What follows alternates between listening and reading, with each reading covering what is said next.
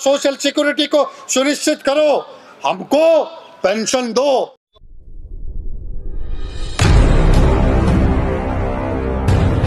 AITC के general secretary Amarjeet Kaur और national secretary Ramakrishna पांडा और यहाँ पे आए सो बहनों, सबको हमारी क्रांतिकारी अभिनंदन करुणा की तरफ से हैं। तेलंगाना से वो तेलुगु में बात करी तो वो समझाने के लिए ब्रीफली मैं आपके सामने हूँ। तो 3 दिन से लगातार अलग अलग स्टेट से जो है अपने कॉमरेड्स लोग यहाँ आके बैठे हैं, अपनी डिमांड्स पे चर्चा कर रहे हैं, अपने डिमांड्स पे लड़ने के लिए तैयार है, यहाँ आके बैठे हैं। और पिछले कितने साल से भी अपना ऑल इंडिया मूवमेंट चल रहा है, all India March two parliament करे हैं और फिर इसके बावजूद भी पिछले 10 साल से अपना तनख्वाह जहाँ का वही है। ये मोदी सरकार आने के बाद तो अपना तनख्वाह बिल्कुल ही बढ़ी नहीं है। तो केंद्र सरकार जो देती है सिर्फ 4,500 जो देती है वो तुरंत बढ़ाना चाहिए और पूरा हर एक राज्य में एक ही तरीके का तनख्वाह होना चाहिए। किसी राज्य में कम है, किसी राज्य में थोड़ा बहुत बड़ा है, लेकिन ये डिस्पैरिटी जो है वैसा नहीं होना चाहिए। और तेलंगाना में अभी जो है 13,650 देते हैं वर्कर को और हेल्पर को 7,800 देते हैं। और पिछले अपना बहुत बड़ा मूवमेंट चला था मिनी आंगनवाड़ी को भी रेगुलराइज करके रेगुलर आंगनवाड़ी सेंटर बनाने के लिए। तो तेलंगाना में जो 4,000 मिनी आंगनवाड़ी सेंटर्स थे उसको भी बढ़ा के रेगुलर बना दिया गया है। ये अपना मूवमेंट का एक बहुत अच्छी अचीवमेंट रहा है। और तेलंगाना में भी बहुत बड़ा स्ट्राइक हुआ था, 24 डेज़ का स्ट्राइक हुआ था, यूनाइटेड स्ट्रगल हुआ था। उसके बाद गवर्नमेंट के साथ चर्चा करने के बाद रिटायरमेंट बेनिफिट के लिए खास करके वो हुआ था कि रिटायरमेंट बेनिफिट जो है वो लोग 2 लाख वर्कर को और 1 लाख हेल्पर को देने के लिए तैयार थे और जीवो भी निकला था। लेकिन उसके बाद जो सरकार आई वो रिटायरमेंट बेनिफिट का 1 लाख कर दिया और हेल्पर का 50,000 कर दिए। और प्रमोशंस का भी अपना लगातार मूवमेंट चल रहा है। जो भी ग्रेजुएट्स है या 10th क्लास है उनका एक्सपीरियंस के हिसाब से हर एक आंगनवाड़ी वर्कर को और हेल्पर को भी प्रमोशन मिलना चाहिए और अपने को गवर्नमेंट एम्प्लॉय का दर्जा देना चाहिए। पहले से अपना डिमांड करते आ रहे हैं। अपन स्केल 3 स्केल 4 में अपन जो भी काम करते हैं पूरा गवर्नमेंट का इंस्ट्रक्शन से अपन काम करते हैं, स्टेट गवर्नमेंट का और सेंट्रल गवर्नमेंट का। लेकिन अपने को गवर्नमेंट एम्प्लॉय का दर्जा अभी तक नहीं दिया गया है, इसको करना चाहिए। और रिटायरमेंट बेनिफिट जो है यूनिफॉर्मली हर एक स्टेट में सबको 65 ईयर्स करना चाहिए। और आंगनवाड़ी शुरू करके 50 साल हो रहे हैं, 1975 में ये शुरू किया गया है और उसके बाद मिड डे मील्स का और आशा का भी शुरू किया गया है। लेकिन सबको अभी भी सिर्फ वॉलंटियर्स माना जाता है, सिर्फ ऑनरोरियम देते हैं। ऑनरोरियम का बात नहीं है, अपने को मिनिमम वेजेस देना चाहिए। मिनिमम वेजेस अपना जो डिमांड है 26,000 का वो हर जगह मिलने तक अपना ये जो प्रोग्राम अभी अपना शुरू हुआ उसको अपन और तेज़ करना चाहिए और इसको आगे भी ले जाना है। अपना मिनिमम वेज पाए तक अपने को फाइट जारी रखना है। और अभी जंतर मंतर में जब हम 3 दिन से देख रहे हैं तो ये एक धरना करने के लिए पहले तो पूरा हर जगह धरना लगे हुए रहते थे। अभी मोदी सरकार के बाद ये खुद एक जेल के जैसा हो गया है। इधर बैरिकेड उधर बैरिकेड और प्रेस को आने नहीं देते हैं और किसी लोगों को आने नहीं देते हैं, पूरा चेकअप करके अंदर भेजते हैं। ये जो जेल तरीके का ये जो चल रहा है, जो मिनिमम डेमोक्रेटिक राइट के लिए भी अपने पास जो जगह नहीं है तो इसके लिए भी अपने को फाइट करना पड़ेगा। और ये एक्सपीरियंस लेकर अपने को पूरा देश में मूवमेंट को और आगे बढ़ाने की ज़रूरत है। Thank you comrades. के साथ ही मंच पर उपस्थित आंगनबाड़ी वर्कर्स फेडरेशन के राष्ट्रीय नेतृगण और साथियों, देश भर से आए हुए, विभिन्न राज्य से आए हुए आंगनबाड़ी सेविका सहायिका बहनों और मित्रों, मेरी तबीयत ठीक नहीं है, गला में परेशानी है, थ्रोट में। फिर भी मैं AITUC के मुख्यालय की ओर से, AITUC हेडक्वार्टर की ओर से आप लोगों के इस 3 दिवसीय जो आंदोलन है, धरना है, इसका हम क्रांतिकारी अभिनंदन करना चाहते हैं। आपको इस आंदोलन के लिए मुबारकबाद देना चाहते हैं, धन्यवाद देना चाहते हैं। साथियों, अभी माधुरी क्षीरसागर जी, विभा पांडे, जयम्मा और दूसरे लोग जो संबोधित कर रहे थे, सबसे पहली बात तो यह है कि जो आप लड़ाई लड़ रहे हैं, लड़ाई का सबसे मूल बिंदु है कि हम किन मुद्दों पर लड़ रहे हैं और किसके खिलाफ लड़ रहे हैं। अभी जो देश में हुकूमत है, जहां आप फरियाद करने आए हैं, माधुरी क्षीरसागर जी कहती हैं परमिशन के लिए हम अपनी आवाज उठाना चाहते हैं। क्या हुआ, जरा जयम्मा बोलो, शांत रहने के लिए प्लीज स्पीक डम टू। बोलो मत ना। मैं कह रहा था कि कॉमरेड माधुरी क्षीरसागर ने कहा कि अभी इस धरना के लिए, अपना आवाज उठाने के लिए, अपनी मांग मांगने के लिए भी परमिशन नहीं मिल रहा है। ऐसा राज हमारे देश में आ गया है 2014 के बाद, जिसका नेता नरेंद्र मोदी है। वह कहता है कि किसी को हम इस जनतंत्र में बोलने तक का, आंदोलन करने तक का अधिकार नहीं देंगे, और जो आंदोलन करेगा उसको डंडा से, पुलिस से, ताकत से दबाएंगे। और दूसरे तरफ अभी पूरे देश में, आप लोग संजोग से महिला हैं, पूरे देश में अभी अभियान चलाया जा रहा है महिला को आरक्षण के मुद्दे पर।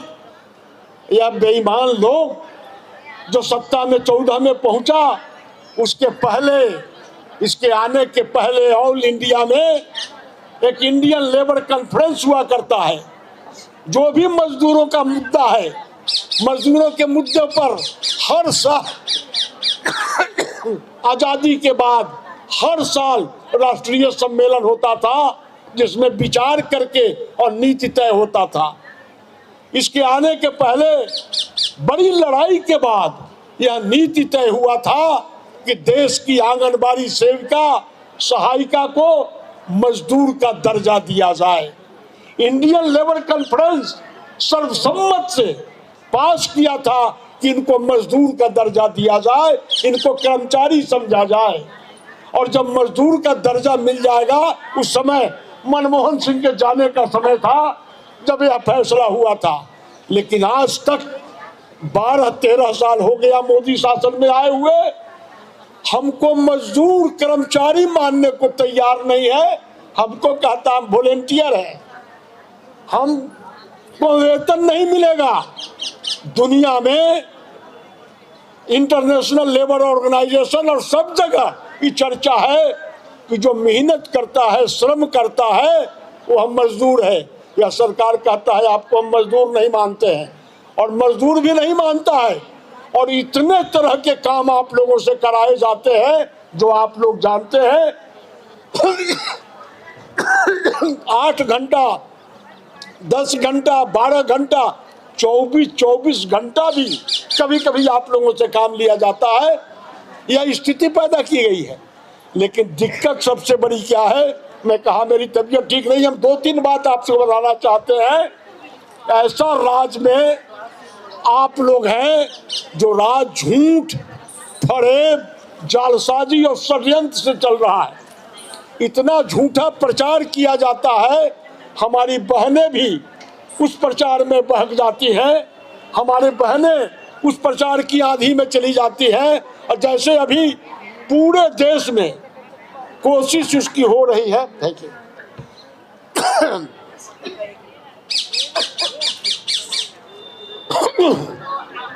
पूरे देश में अभी मोदी, बीजेपी, आरएसएस अभियान चला रहा है महिलाओं के बीच कि आने वाले चुनाव में हम महिलाओं का वोट लेंगे। जयम्मा बोल रही थी, जो खुद प्रधानमंत्री अपनी पत्नी महिला को सम्मान नहीं दे सकता है, जो जयम्मा बोल रही थी उसकी खुद का बेटी नहीं है, वह क्या बेटी बचाने की बात करेगा और बेटी पढ़ाने की बात करेगा। उसको महिला के प्रति सम्मान नहीं है। यही जंतर मंतर है जहां आप बैठे हैं। हमारे देश की खिलाड़ी महिलाओं को घसीट घसीट कर यह मोदी और अमित शाह की पुलिस पीटा था और मारा था, और वह महिला सम्मान की बात करता है।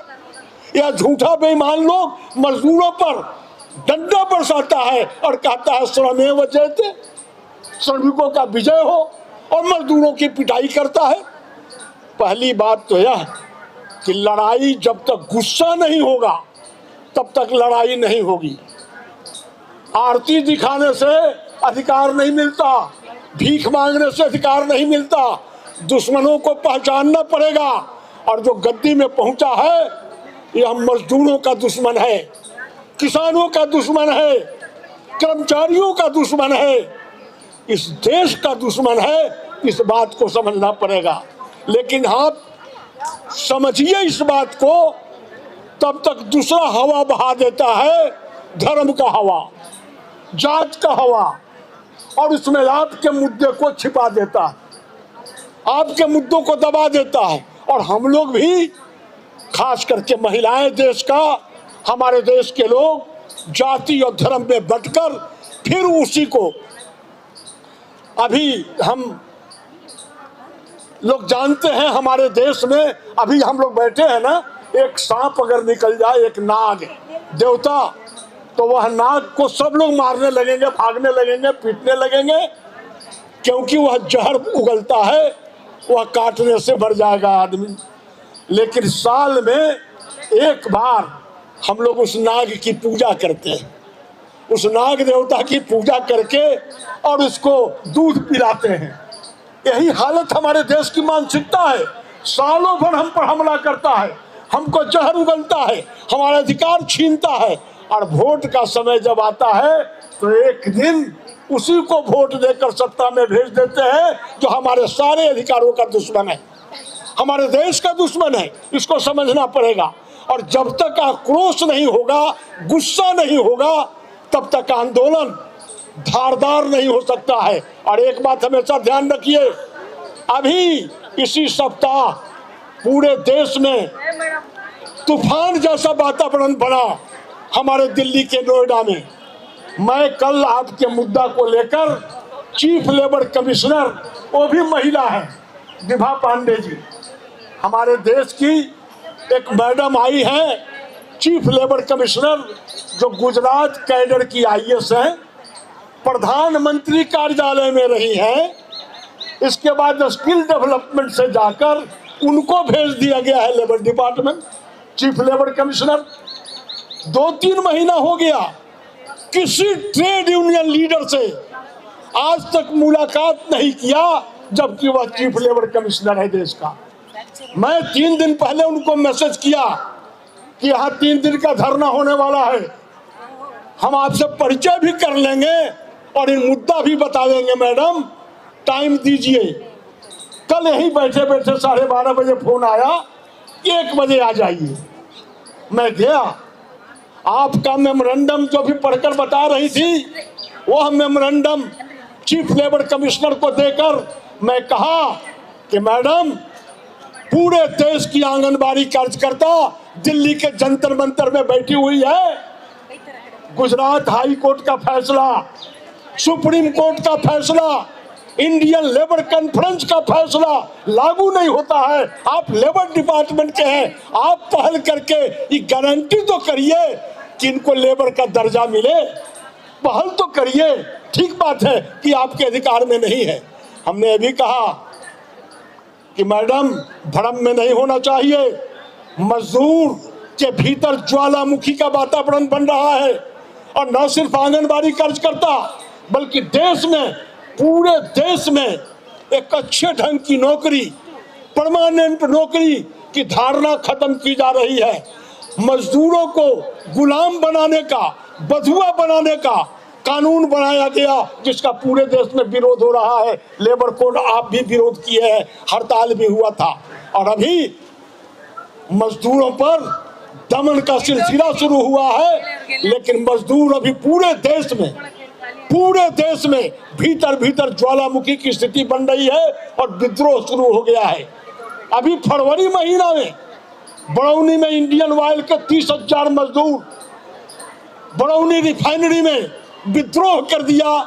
सारी उनकी शक्ति खत्म हो गई, बाप बाप करने लगे, सरेंडर करके उनको समझौता करना पड़ा 2 मार्च को। उसके बाद पानीपत में, हरियाणा के पानीपत में 30,000 मजदूरों ने विद्रोह किया। उसके बाद सूरत के मित्तल स्टील के मजदूरों ने विद्रोह किया और यह विद्रोह बढ़ते बढ़ते फिर एक बार 2012 में गुड़गांव में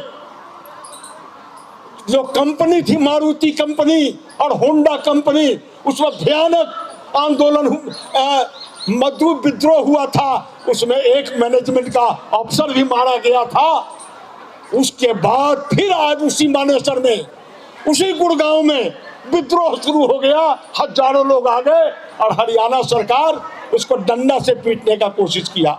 उसका असर अभी नोएडा में, फरीदाबाद में और गाजियाबाद में देखने को मिला।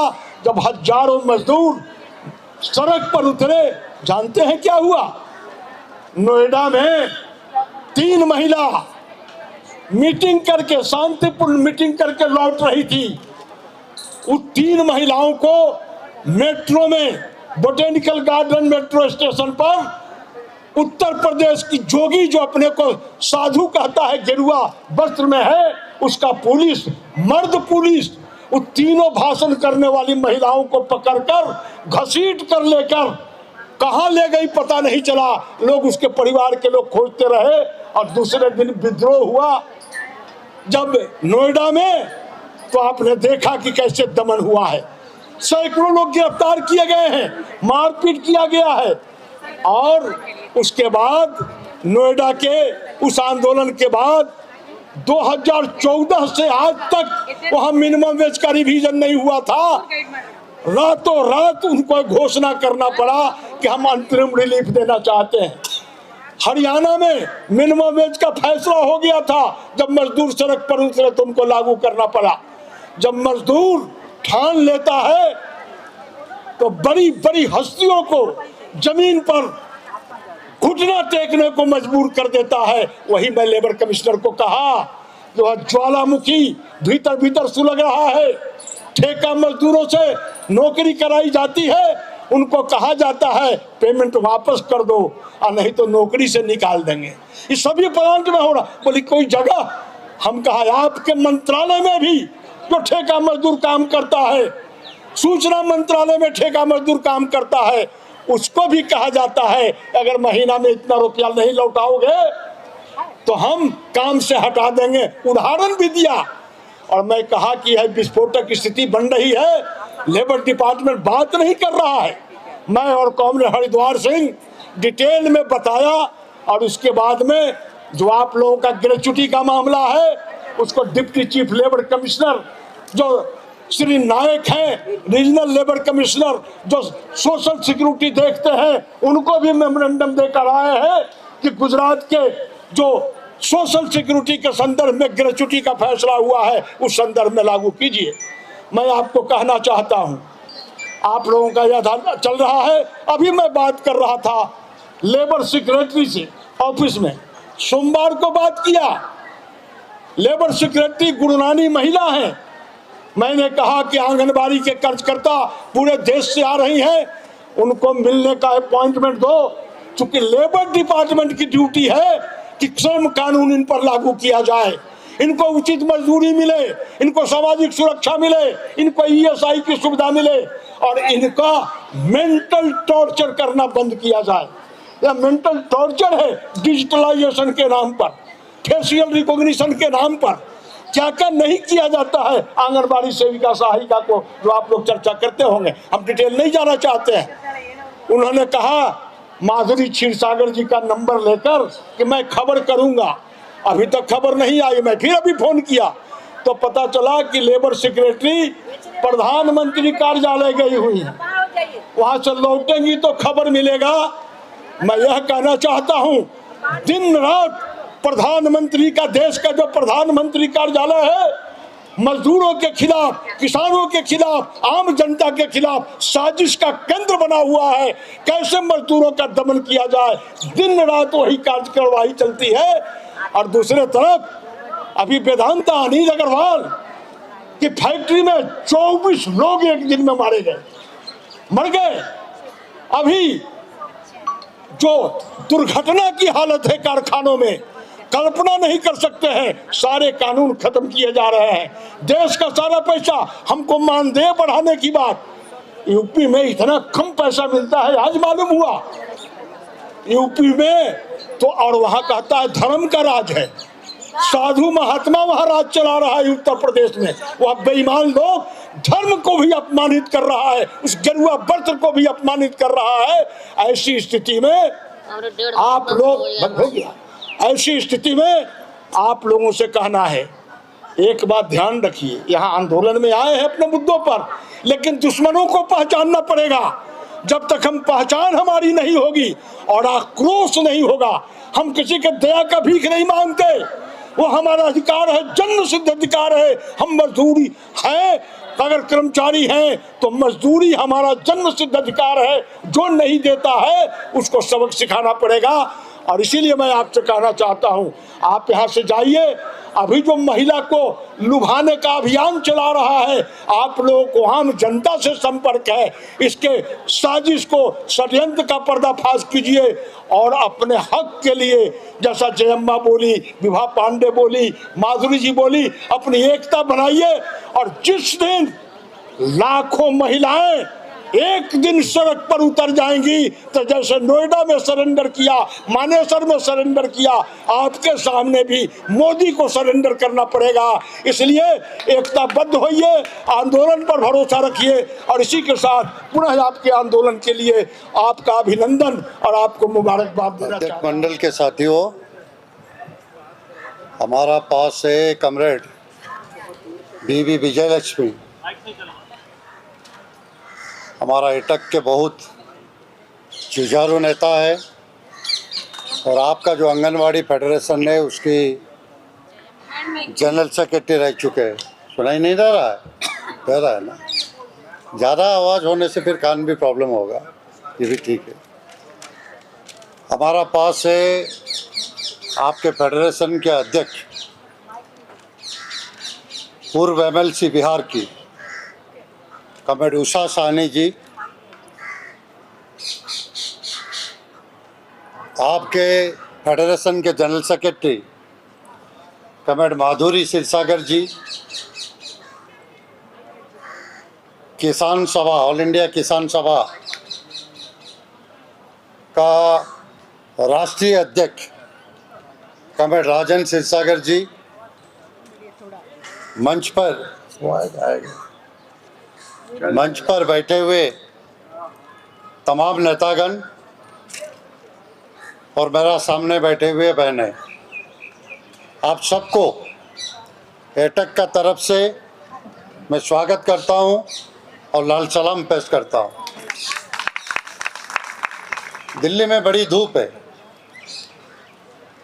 टेम्परेचर करीब करीब 40 से ज़्यादा बढ़ गया है और इतना गर्मी में आप लोग तो दिल्ली घूमने नहीं आए,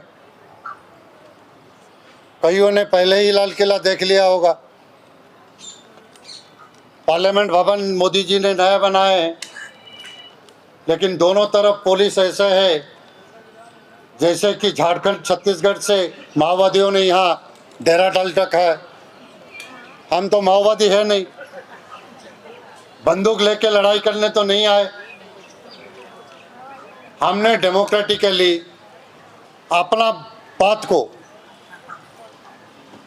अपना भविष्य को, अपना बच्चों के भविष्य के लिए मोदी जी से अपील करने आए कि मोदी जी, आप तो अच्छा बोलते हो, हमेशा आधा आबादी की बात करते हो। हम भी जो स्ट्रीम वर्कर है, चाहे वो आंगनवाड़ी की हो, चाहे वो आशा की हो, चाहे और कोई भी हो, हम भी तो महिलाएं हैं। हम भी तो आधे आबादी का हिस्सा है। जब हमारे बारी आता है तो आप हमारे बात सुनने के लिए तैयार नहीं हो। आपका कान में ये बात को डालने के लिए हम लोग यहाँ आए। आपने एक मेमोरेंडम बनाया, मुझे याद है कुछ दिन का पहले आप आया था, मोदी जी को मिलेंगे, उनका मंत्रियों को मिलेंगे, अपना मांग देंगे। क्या है आपका मांग में? आपका मांग में है कि हम जो स्कीम वर्कर है, हमको मजदूर बोल के मान्यता दो, हमको हम वर्कर है उसको रिकॉग्नाइज करो। मोदी जी हमको वर्कर बोल के रिकॉग्नाइज करने के लिए तैयार नहीं है। हम नहीं कहते कि आप एमएलए का तनख्वाह बढ़ाते हो, एमपी का तनख्वाह बढ़ाते हो, आईएएस ऑफिसरों का, आईपीएस ऑफिसर का तनख्वाह बढ़ जाता है। हमारा तनख्वाह 1 लाख कर दो, 2 लाख कर दो, ये मांग लेके हम नहीं आए।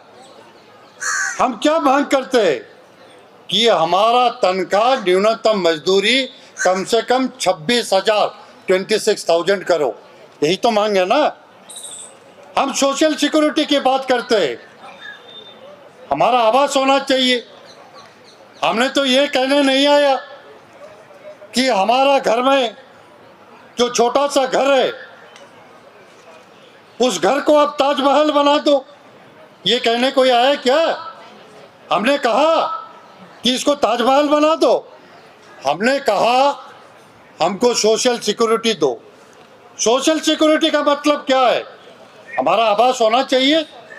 आप सबको आवास की बात करते हो, हम आंगनवाड़ी वर्कर का जो गांव में काम करते हैं, जो ग्रामीण क्षेत्र में है, आज तक हमारा आवास का सुनिश्चित नहीं हुआ, हमारा बच्चों का पढ़ाई का सुनिश्चित नहीं हुआ। हम क्या कहना चाहते हैं? आप स्कूल एजुकेशन को, उच्च शिक्षा को, यूनिवर्सिटी में आप उसको प्राइवेटाइज कर रहे हो। जिसका पास पैसा है आप उसका बच्चा को शिक्षा मिलेगा। हमारा बच्चा जो स्कूल में जाते हैं उनके लिए मास्टर नहीं होते।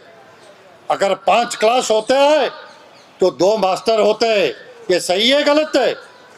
हिंदी पढ़ाने वाला मास्टर इंग्लिश पढ़ाता है, खेल सिखाने वाला मास्टर वो मैथमेटिक्स पढ़ाता है। हम तो यही कहने आए, अगर आपका बच्चों का पढ़ने का अधिकार है तो हमारा बच्चे को भी पढ़ने की अधिकार है।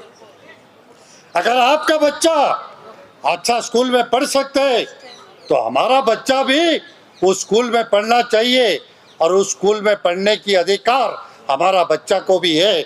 आप हमें दे दो। हम क्या चाहते हैं कि हमको हेल्थ इंश्योरेंस बनाओ हमारा बच्चों के लिए, हमारा परिवार के लिए। हम सरकारी अस्पताल में जाते हैं और सरकारी अस्पताल में डॉक्टर नहीं होते, सरकारी अस्पताल में आपको मेडिसिन नहीं मिलता है, सरकारी अस्पताल ठीक से चलता नहीं है। तो हम क्या चाहते हैं कि हमको भी स्वास्थ्य सेवा मिले, और ये हमारा अधिकार है।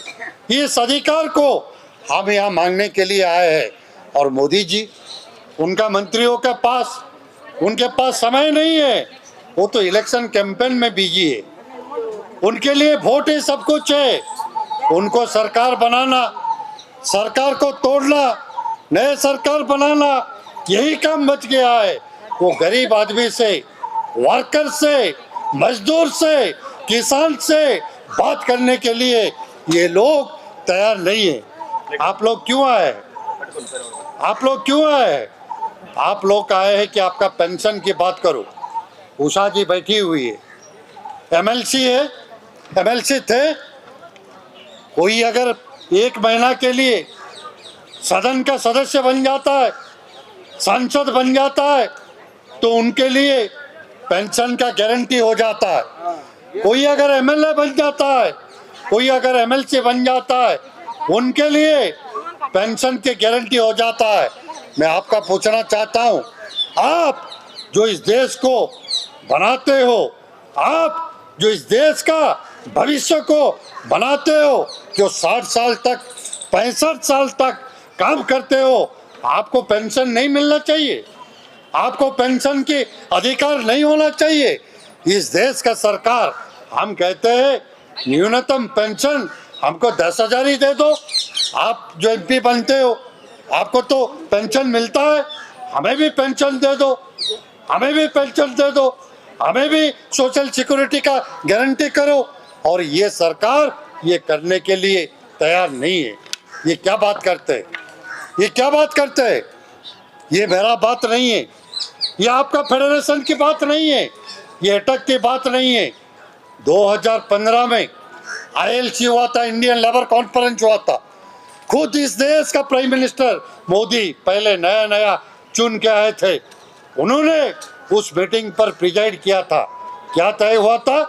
ILC ने तय किया था कि जो स्कीम वर्कर है वो आंगनबाड़ी के हो, वो आशा की हो, उनको मजदूर बोल के मान्यता मिलेगी, उनको रिकॉग्नाइज किया जाएगा कि ये इस देश पे वर्कर है। तब जाके हम इस देश का जो कानून है, जो श्रम कानून है, ये श्रम कानून का अंदर आ सकते हैं। लेकिन आज क्या हो रहा है? 2015 से आज 2026 हो गया, 26 हो गया, 11 साल हो गया। क्या हुआ? ना आपको मान्यता मिली, ना दूसरा लेबर कॉन्फ्रेंस हुआ। इस देश के अंदर मोदी जी के सरकार ये नहीं चाहते कि लेबर कॉन्फ्रेंस हो। इस देश का अंदर मोदी जी का सरकार नहीं चाहते कि मजदूर संगठन के साथ इनकी बात हो। इस देश का अंदर जो श्रम कानून था, जो श्रम कानून था, 44 श्रम कानून था, उसको तोड़ मरोड़ के उसको फेंक दिया गया, डस्टबिन के अंदर फेंक दिया गया और 4 लेबर कोड वो लेके आए। ये 4 लेबर कोड किसके लिए है? आपके लिए, मजदूर के लिए, स्कीम वर्कर के लिए। मैं पूछना चाहता हूँ, ये जो 4 लेबर कोड आया, ये सरमायादार के लिए आया। ये जो अंबानी है, अदानी है, बाकी जो लोग हैं उनके लिए आया। ये मजदूर वर्ग का बात ये करना नहीं चाहते, ये हालत बन गया है। आज वो कहते हम आधा आबादी का बात करते, हम उनको राजनीतिक अधिकार देना चाहते, हम पार्लियामेंट में 33% संरक्षण लाना चाहते, हम असेंबली के अंदर, विधानसभा के अंदर हम संरक्षण लाना चाहते। क्या सही में ये संरक्षण लाना चाहते? अगर संरक्षण लाना चाहते, हमने तो कहा था 2023 को जो बिल आप लेके आया उसमें 33% रिजर्वेशन लागू करो। कौन बोला था? कौन बोला था सेंसस की बात लागू होगा? कौन बोला था डिलिमिटेशन की बात लागू होगा? और आज आप क्या कहते हो कि हम महिलाओं का विरोधी है, हम लाल झंडा वाले, हम जो लड़ते हैं महिलाओं के लिए, महिलाओं का अधिकार के लिए, उनको मजदूरी मिलो, उनको पेंशन मिले, उसका गारंटी करने के लिए आप कहते हो कि हम महिलाओं का विरोधी है। मेरा बहन मणिपुर से वो कह रही थी, मैं आपको पूछना चाहता हूँ, आप डबल इंजन के बात करते हो, आप डबल इंजन के बात करते हो। मणिपुर में किसका सरकार है? मणिपुर में किसका सरकार है? बीजेपी का सरकार है। 2023 से आज तक महिलाओं के ऊपर अत्याचार हो रहा है। दिन दहाड़, दिन का दोपहर में महिलाओं के ऊपर अत्याचार हो रहा है, अत्याचार हो रहा है, रेप हो रहा है, मर्डर हो रहा है। और नरेंद्र मोदी के सरकार, बीजेपी के सरकार उसको रोकने में नाकामयाब है। कौन लड़ाई लड़ा है? हम, हमारे बहने जो आंगनबाड़ी में काम करते हैं, वो किसी भी जाति का हो, किसी भी संप्रदाय का हो, वो मैतेई हो या कुकी हो, वो तो आपस में नहीं लड़ रहे थे, वो तो अपना काम कर रहे थे। ये मोदी जी का सरकार, ये मोदी जी का सरकार, ये बीजेपी का सरकार उनमें से लड़ाई किया और आज कहता है हम आधा आबादी को उनका अधिकार देना चाहते। अगर अधिकार देना चाहते हो, पहले ये मणिपुर का महिलाओं को, मणिपुर के माताओं को, मणिपुर का बहनों को उनका अधिकार दो। क्या हुआ? हाथरस का जो दलित बहन हमारा, उनका अधिकार मिला, उसको न्याय मिला? कौन सा सरकार है, किसका सरकार है? मोदी जी का सरकार है, बीजेपी का सरकार है। उनको मिला क्या? नहीं मिला। क्या हुआ जम्मू कश्मीर के अंदर जिन महिलाओं का ऊपर में अत्याचार हो रहा है, उनको अधिकार मिला? आसिफा 8 साल का बच्ची, 8 साल का बच्ची, उसको अधिकार मिला? कौन है सरकार में? कौन था सत्ता में? कौन है आज सत्ता में? बीजेपी का। मोदी जी को अगर थोड़ा सा भी शर्म होता तो उनको वो न्याय दे देते, उनको जस्टिस मिलता, उनको अधिकार मिलता। लेकिन ये आधा आबादी का बात करते, उनका बात करना नहीं चाहते। ये क्या करते? इनका खुद का नाम एब्स्टिन फाइल में है, इनका खुद का नाम एब्स्टिन फाइल में है, इनके मंत्रियों के नाम एब्स्टिन फाइल में है। वो जो क्रोनी का पीछे भागे हुए अनिल अंबानी के नाम एब्स्टिन फाइल पे है। और एब्स्टिन फाइल क्या है आपको मालूम है? एब्स्टिन फाइल क्या है? एब्स्टिन फाइल हमारा छोटे छोटे बच्चियों के साथ ये क्या सलूक करते हैं उसका एक सबसे बड़ा ये रिपोर्ट है। और ये मोदी जी आपको कहते हैं, हमको कहते हैं कि हम महिलाओं के साथ, महिलाओं का अधिकार का साथ जो छेड़खानी कर रहे हैं, हम उनको नहीं सहेंगे, हम उनको अधिकार देंगे। साथियों, मैं लंबा बोलना नहीं चाहता हूँ। कॉमरेड अमरजीत कौर एटक के जनरल सेक्रेटरी हमारे पास पहुँच गए, वो बोलेंगे। मैं आपको सिर्फ ये बोलना चाहता हूँ, ये जो अधिकार हम लोग को छीनने के लिए जो कोशिश किया जाता है, हमको न्यूनतम मजदूरी नहीं मिल रहा है, 26,000 का मजदूरी दो, हमारा सोशल सिक्योरिटी को सुनिश्चित करो, हमको पेंशन दो।